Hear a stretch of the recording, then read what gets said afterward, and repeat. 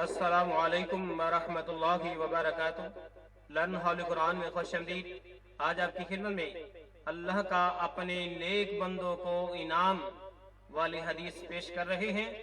خود بھی سنیں، یاد کریں، دوست احباب کے اندر شیئر بھی کریں تاکہ ہمارے دلوں کے اندر نیک بننے کا جذبہ، شوق اور شعور پیدا ہو سکے۔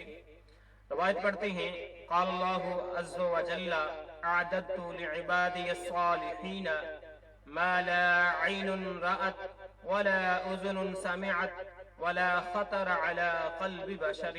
پھر سنیے، قال اللہ عز و جل، قال اللہ عز و جل اعددت لعبادی الصالحین ما لا عین رأت ولا اذن سمعت ولا خطر على قلب بشر۔ اب اس کے معنی دیکھ لو۔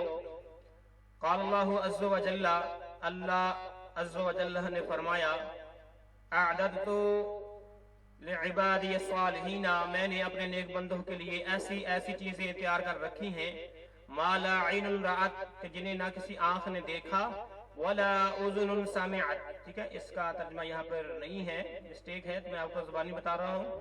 ولا اذن سمعت، اور نہ ہی کسی کان نے سنا، ولا خطر علی قلب بشر، اور نہ ہی کسی انسان کے دل پر ان کا خیال گزرا۔ صحیح مسلم کی روایت اور اس کا نمبر ہے۔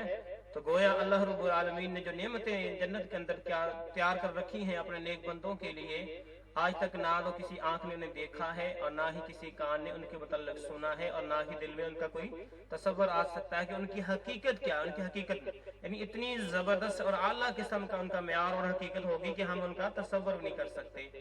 آج کے لیے اتنا ہی، اللہ حافظ۔